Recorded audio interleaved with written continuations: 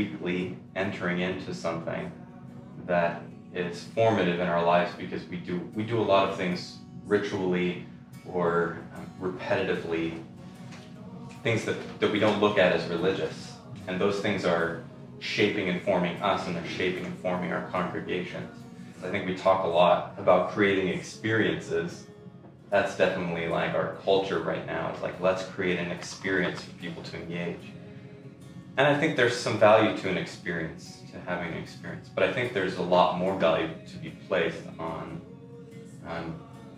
let's do something every single week. Let's do it for years. Let's do it for decades. And then let's see what that creates. And the faithfulness in that of gathering and people giving themselves to that as it relates to spiritual formation has a lot more power than we tend to give it credit. I think one of the things that worship does for many of us in gatherings is it increases our desperation for God. We want to see mission just because someone loves Jesus, not because there's a missional living message. Nothing wrong with that. But, I just look at Peter and I'm like, that guy was so blown away by the grace of Jesus Christ that he's just like, I got to share this with all of you guys.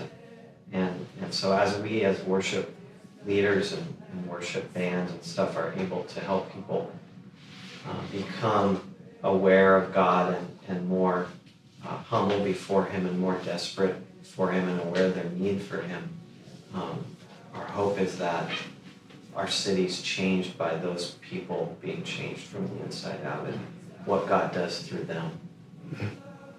The vision I have for worship in the greater Portland area is that there would really be no competition. That the church would be glorified and we would all see these different churches and different expressions of different churches and different styles and name it from modern to folk to contemporary to traditional to whatever, stylistically, and we just say, man, we just want to fan that into flame, because that's really what I think is the church. I mean, forever we're going to be in eternity with people that are different than us, that look different than us. And so how do I champion on my Latino friends? How do I champion on the friends down at the church, the Presbyterian church down the road that are in robes and do things totally different than we would do? Like, how do I champion the movement of God and the worship of God's people, not just at my church, not just at your church, but at churches that are keeping Jesus-centric and just saying, man, we're elevating Jesus through worship. How do we fan that into flame? And I think that alone will take off across Portland, and God will do something really unique as we begin to go, this is not to us, God, not to us, but to your name be all the glory and the praise. And I think when we do that,